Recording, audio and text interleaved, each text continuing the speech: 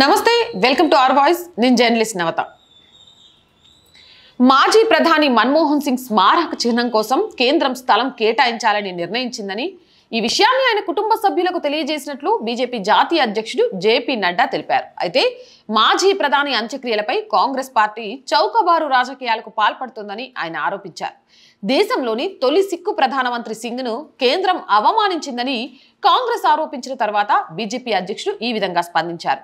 నిగంబోధ్ ఘట్లో కాకుండా ఆయనకు స్మారక చిహ్నం ఏర్పాటు చేసే ప్రదేశంలో అంత్యక్రియలు నిర్వహించాలని కాంగ్రెస్ పట్టుబట్టింది. భరతమాత గొప్ప కుమారుడు సిక్కు సమాజం నుంచి వచ్చిన తొలి ప్రధానమంత్రి అయిన సింగ్ను నిగంబోధ్ ఘట్లో ఆయన అంత్యక్రియలు నిర్వహించడం ద్వారా బీజేపీ నేతృత్వంలోని కేంద్రం ఆయనను పూర్తిగా అవమానించిందని లోక్సభలో ప్రతిపక్ష నాయకుడు రాహుల్ గాంధీ ఆగ్రహం వ్యక్తం చేశారు.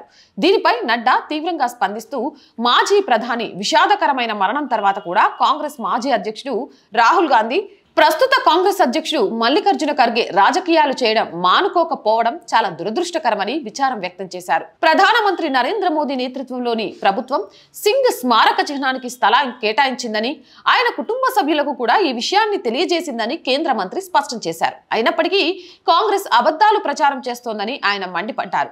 రాహుల్ గాంధీ, మల్లికార్జున ఖర్గే, ఇతర కాంగ్రెస్ నాయకులు ఇలాంటి చౌకబారు రాజకీయాలను పాల్పడటం మానుకోవాలన్నారు. ఈ విధంగా నడ్డా హితవు తెలిపారు. సోనియా గాంధీని సూపర్ ప్రైమ్ మినిస్టర్ గా ఉంచడం ద్వారా కాంగ్రెస్ ప్రధానమంత్రి పదవిని దిగజార్చిందని ఆయన ఈ సందర్భంగా ధ్వజమెత్తారు. ఈ విధంగా కాంగ్రెస్ ప్రధానమంత్రి పదవిని కలంకరించిందని, దిగజార్చిందని బీజేపీ అధ్యక్షుడు ఆరోపించారు.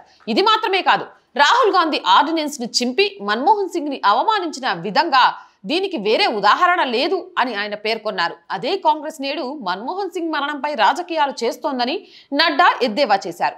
గాంధీ కుటుంబం తనను తప్ప మరెవరిని గౌరవం ఇవ్వలేదని ఆయన ఆరోపించారు. గాంధీ కుటుంబం సింగ్ లేదా మరే నాయకుడికి న్యాయం చేయలేదని నడ్డా వివరించారు. వారు కాంగ్రెస్ లేదా ఇతర పార్టీలకు చెందిన వారు కావచ్చు. బిఆర్ అంబేద్కర్, భారతదేశ మొదటి రాష్ట్రపతి రాజేంద్ర ప్రసాద్, సర్దార్ వల్లభాయ్ పటేల్, మాజీ ప్రధానులు లాల్ బహదూర్ శాస్త్రి, పివి నరసింహారావు, అటల్ బిహారీ వాజ్పేయి, మాజీ రాష్ట్రపతి ప్రణబ్ ముఖర్జీ, సీతారాం కేసరి ఉదాహరణలను నడ్డా ఈ సందర్భంగా ఉటంకించారు.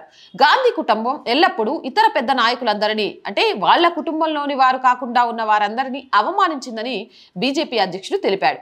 పివి నరసింహారావు స్మారక చిహ్నాన్ని ఏర్పాటు చేయాలనే అభ్యర్థనను సోనియా గాంధీ తిరస్కరించారని ఆయన ఆరోపించారు. ఆయన భౌతిక కాయానికి కాంగ్రెస్ కార్యాలయంలో కూడా స్థానం ఇవ్వలేదు. ఆయన అంత్యక్రియలు ఢిల్లీలో జరిగాయని కాంగ్రెస్ కోరుకోలేదు. ఆయన అంత్యక్రియలు హైదరాబాద్ లో జరిగాయి. 2015లో రావు స్మారక చిహ్నాన్ని ఏర్పాటు చేసి ఆయనకు భారతరత్నతో సత్కరించింది మోదీ అని నడ్డా గుర్తు చేశారు. వాజ్పేయి మరణించిన తర్వాత కూడా కాంగ్రెస్ నాయకులు, వారి మద్దతుదారులు ఆయనను అవమానించడం కొనసాగించారు అని ఆయన ఆరోపించారు. 2020లో భారతరత్న ప్రణబ్ ముఖర్జీ మరణించినప్పుడు కాంగ్రెస్ వర్కింగ్ కమిటీ సంతాప సమావేశం ఏర్పాటు చేయడానికి కూడా ఇష్టపడలేదని తెలిపారు. 2013లో కాంగ్రెస్ నేతృత్వంలోని యూపీఏ ప్రభుత్వం జాతీయ స్మారక చిహ్నాన్ని నిర్మించాలని నిర్ణయించింది. ఏ నాయకుడికి ప్రత్యేక స్మారక చిహ్నాన్ని ఏర్పాటు చేయబోమని చెప్పింది.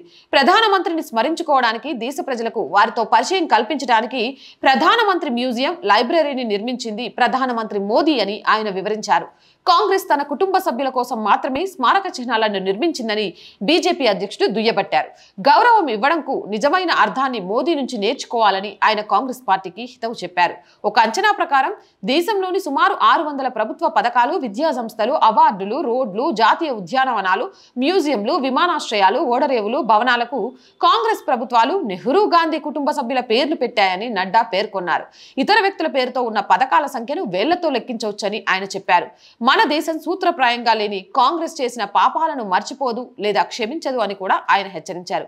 ఏదేమైనా కానీ వీళ్ళు బిఆర్ అంబేద్కర్ లాంటి వాళ్ళకి అసలు కనీస మర్యాద ఇవ్వలేదు. కానీ ఇప్పుడు స్మారక చిహ్నం కోసం మన్మోహన్ సింగ్ గారి మరణం తర్వాత కూడా రాజకీయం చేయడం దురదృష్టకరం. ఎందుకంటే బ్రతికుండంగానే వీళ్ళు విలువ ఇవ్వని నాయకులు అనేక మంది ఉన్నారు. అలాగే ప్రతిదాన్ని అంబేద్కర్కి ఏమాత్రం విలువిచ్చారో తెలుసు. ఇప్పుడు అంబేద్కర్ గారి పేరు చెప్పుకొని రాజకీయాలు చేస్తున్నారు. మన్మోహన్ సింగ్ గారికి ఏ విధంగా విలువిచ్చారో తెలుసు.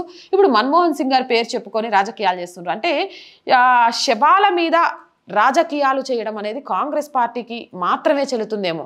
మరణం తర్వాత కూడా మనిషిని వదిలిపెట్టకుండా తమ కుటుంబ పార్టీ లబ్ధి కోసం ఏ విధంగా వాడుకోవాలి అనేది రాహుల్ గాంధీ, సోనియా గాంధీకి మాత్రమే తెలుస్తుందని మరికొందరు అంటున్నారు.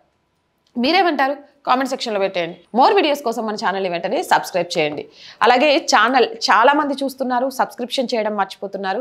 ప్లీజ్ వీడియో చూసిన వెంటనే సబ్స్క్రైబ్ చేశారా లేదా అనేది ఒకసారి చెక్ చేసుకోండి. సబ్స్క్రిప్షన్ చేయడం మాత్రం మర్చిపోకండి. అలాగే నచ్చితే లైక్ చేయండి, వీలైనంతగా వీడియోస్ని షేర్ చేయండి. ఆర్థికంగా ఆర్ వాయిస్కి చేయుతగా నిలవండి. ఆర్థిక చేయుత, మీ అందరి చేయుత ఆర్ వాయిస్ ఛానల్కి చాలా చాలా చాలా అవసరం. ప్రభుత్వానికి ప్రజలకి వారధిగా ఉంటూ సనాతన ధర్మాన్ని, జాతీయవాదాన్ని జనాల్లోకి తీసుకువెళ్ళాలి అనే ఒక సంకల్పంతో మొదలుపెట్టిన ఛానల్ ఇది. ఆర్థికంగా కొన్ని ఇబ్బందులు ఎదుర్కొంటుంది. దయచేసి ఆర్థిక చేయుతను అందించండి. ఆర్థిక చేయుతను అందించాలి అనుకునేవారు సబ్స్క్రిప్షన్ పక్కనే జాయిన్ అనే బటన్ ఉంటుంది. 1 to 5 లెవెల్స్ ఉంటాయి. ఏదో ఒక లెవెల్లో సపోర్ట్ చేయండి. లేదా స్క్రీన్ మీద గూగుల్ పే, ఫోన్ పేతో పాటు అకౌంట్ డీటెయిల్స్ కూడా ఉంటాయి. మీకు తోచిన సహాయం చేయడం ద్వారా ఈ ఛానల్ని నిలబెట్టాలి అనే ఒక మధ్యతరగతి అమ్మాయికలకు సాకారం చేసిన వాళ్ళు అవుతారు. అండ్ వ్యాపార ప్రకటనల కోసం, మార్కెటింగ్ యాడ్స్ కోసం 8328500576 నెంబర్ని సంప్రదించండి. అలాగే సమస్య ఏదైనా మీ గొంతుకను మా గొంతుకగా వినిపిస్తాం. ప్రజా సమస్యలు తెలియజేయడానికి 8328500576 నెంబర్ని సంప్రదించండి. జై హింద్, జై భారత్.